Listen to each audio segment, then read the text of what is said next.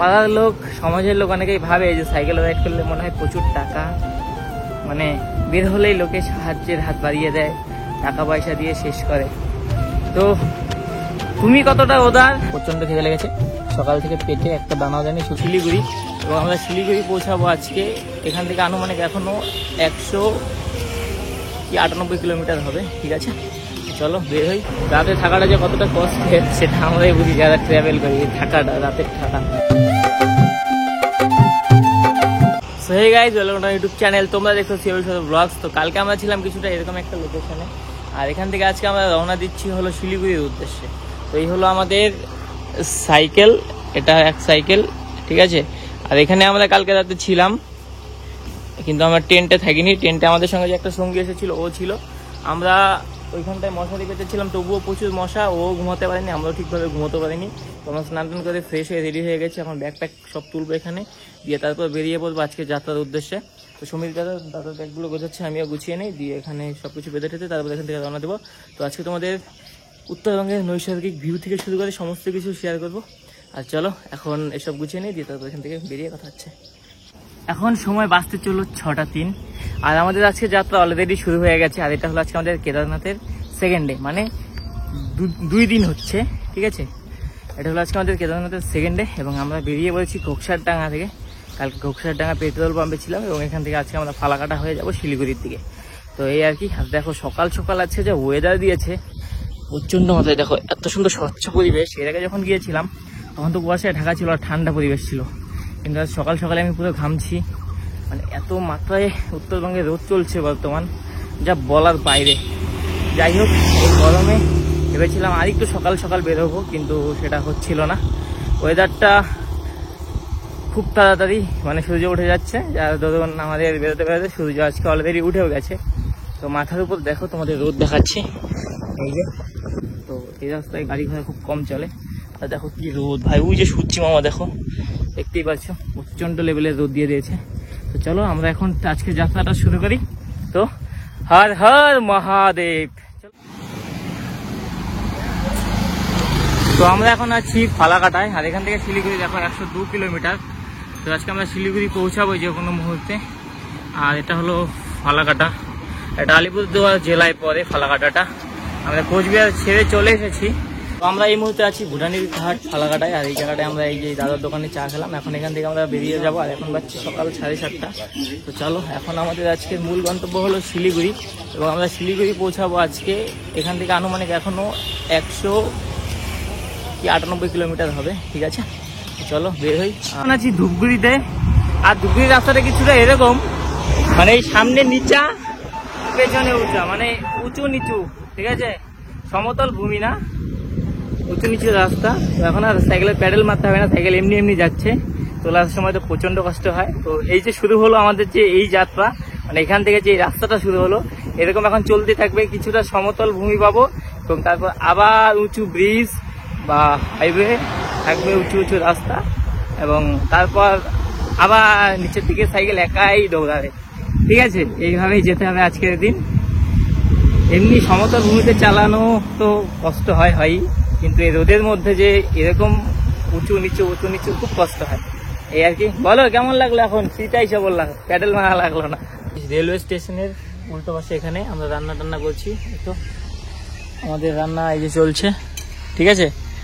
আর মানে আসার পথে একটা সমস্যা হয়ে গেছে, সেটা হলো আমি যে কালে যে টি শার্টটা পরে বেরিয়েছিলাম সেটা রাস্তায় হারিয়ে গেছে। এখানে আজকে আমাদের রান্নায় আছে আলু ভাজি এবং ডাল। তো এখান থেকে খেয়ে দিয়ে আজকে আমরা একটু বিকেলে বেরোবো। আর আজকে আমাদের শিলিগুড়িতে যে কোনোভাবে পৌঁছাতে হবে, না হলে আমাদের যে 25 দিনের যাত্রাটা ছিল সেটা 50 দিন লেগে যাবে।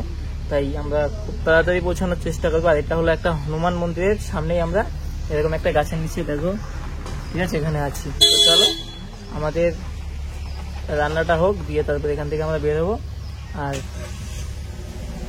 এই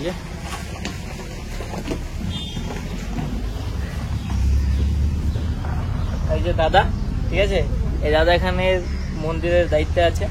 দাদা আমাদের সঙ্গে বসে আছে, ঠিক আছে। দাদার সঙ্গে আড্ডা হবে। চলো আপাতত আমরা সবাই মিলে খেয়ে নিই। তো এখন বাজছে 12:20, আর এই দেখো ডাল, এই যে আলু ভাজি ডাল, এই যে দাদা। তো আমরা এখন খেয়ে নিব, দিয়ে তারপর এখান থেকে বেরোতে হবে। তো চলো খেয়ে নেই। আর সম্পূর্ণ রান্না কিন্তু দাদা করেছে, ঠিক আছে।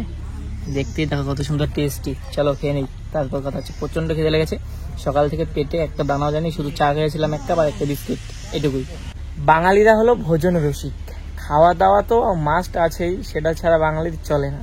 কিন্তু তারপরে যেটা গুরুত্বপূর্ণ বিষয় হলো, খাওয়া দাওয়ার পরে এরকম একটু যদি মানে আরাম না করা যায় শুয়ে থেকে, তাহলে ভাই তুমি বাঙালি না, ঠিক আছে। আর তার উদাহরণ আমরা এই যে দুজন এখানে খাওয়া দাওয়ার পরে এখন একটু বিশ্রামে আছি। এটা সকল বাঙালিরাই খাওয়ার পরে বাড়িতে তার বিছানার মধ্যে করে, একদম খেয়ে দিয়ে গিয়ে একদম ল্যাদ খেয়ে শুয়ে পড়ে। তো আমরা তাই করছি। আর আজকে প্রচণ্ড রোদ। আমি যখন রাম মন্দির গিয়েছিলাম, তো আজকে এই টাইমে আমরা জলপাইগুড়ি পার করে দিয়েছিলাম, কিন্তু আজকে হলো না, কারণ প্রচণ্ড রোদ। আমরা চেষ্টা করবো রাতে সাইকেল চালানোর, আমরা চেষ্টা করে রাখছি, কিন্তু আমরা তার ধারের কাছেও যেতে পারছি না, বুঝলে তো। কারণ আমাদের একটা হেডেক আছে, যদি আমরা ধারের কাছে না পৌঁছাই, তাহলে আমরা যতদিন বাড়ির বাইরে থাকবো ততদিনের ভরণ পোষণ কিন্তু আমাদেরই চালাতে হবে। তো তার জন্য আপাতত একটু রেস্ট নেই, কারণ শরীর আগে, তারপর তো যাত্রা কন্টিনিউ চলবেই। কারণ শরীর ভালো না থাকলে কিন্তু আমরা যেতে পারবো না। তো চলো এখন একটু রেস্ট নেবো, তারপর এখান থেকে বের হবো।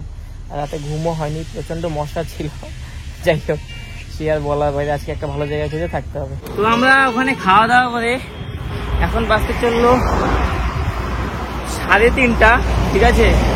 আর এই 3:30 থেকে আমরা এই প্রচণ্ড রোদের মধ্যে তবুও সাইকেল চালাচ্ছি, কারণ আমাদের অনেকটা দূর যেতে হবে। আর এই সম্পূর্ণ রাস্তার ভরণ পোষণ কিন্তু আমরা নিজেই।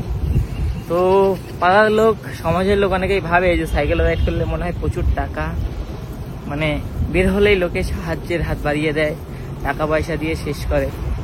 তো তুমি কতটা উদার, সেই দিকটা ভেবে সবসময় এইসব মন্তব্য করবে, যে তুমি কতটা উদার, এবং তোমার উদারতা থেকেও আরও মানুষের উদারতাটা চোখে পড়বে, ঠিক আছে।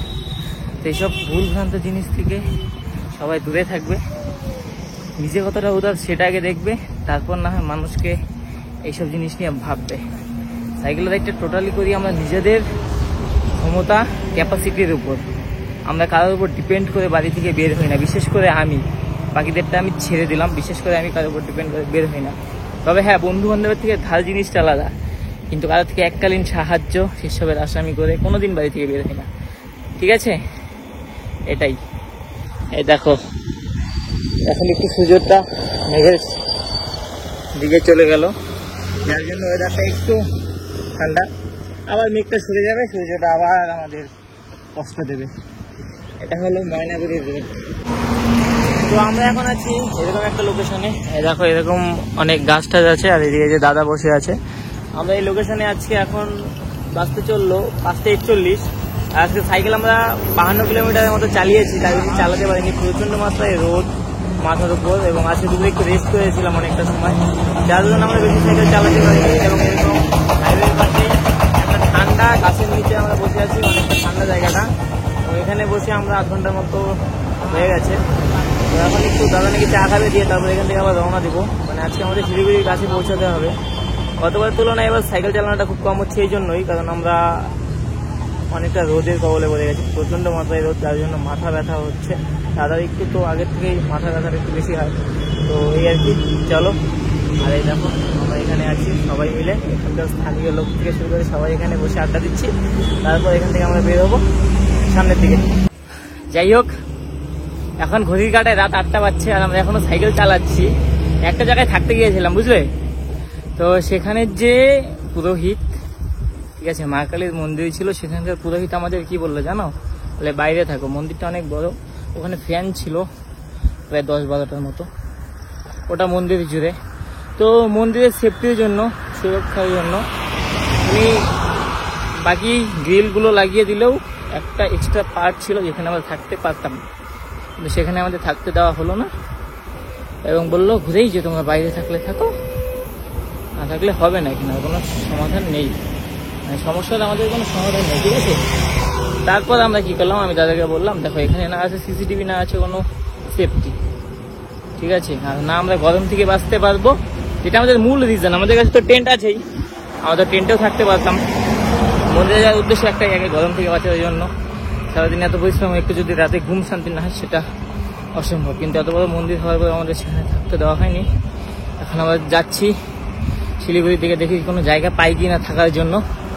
ঠিক আছে, তো এটাই, বুঝলে তো, সব জায়গার মানুষ যে ভালো হবে সেটা না। উনি আমাদের থাকতে দেয়নি বলে মানে ভালো না সেটা বলছি না, উনি আমাদের যেভাবে কথা বলছিল, ওনার কথাটাই আমার পছন্দ হচ্ছিল না। মানুষ বুঝিয়েও ভালোভাবে বলে, দেখো আমাদের কাছে সব কিছু আছে, কাগজপত্র আমার না হয় আমি কোনো পারমিশন করাইনি থানার, কিন্তু দাদার কাছে ছিল সমস্ত রকম কাগজপত্রই আছে, আধার কার্ড, ভোটার কার্ড, ব্যাংকের বই। একজন ভারতীয় হিসেবে এর থেকে তো বেশি প্রমাণ কিছু নেই। তো তারপরেও আমাদের সেখানে আর অ্যালাউ করা হলো না। আর কি করবো, আমাদেরও তো একটু সুরক্ষার ব্যাপার আছে। আমরা ওনাদের যেরকম মন্দিরের সুরক্ষা নিয়ে চিন্তিত, আমরাও নিজেদের নিয়ে একটু চিন্তিত না। সেখানে যে বাইরের লোক এসে আমাদের কিছু করবে না তার কি গ্যারান্টি আছে ভাই? তাই আর কি, চলো এই ভিডিওটা এটুকুই ছিল। আর কি বলবো, রাতে থাকাটা যে কতটা কষ্টের সেটা আমরাই বুঝি যারা ট্রাভেল করি। থাকাটা, রাতের থাকা, সারাদিন যে কোনোভাবে কাটিয়ে যাওয়া যায় বস, কিন্তু রাতে থাকা খুব কষ্টের। চলো দেখি সামনে যাই, কোথাও যদি কিছু পাই থাকার মতো, তাহলে তো হয়েই গেল।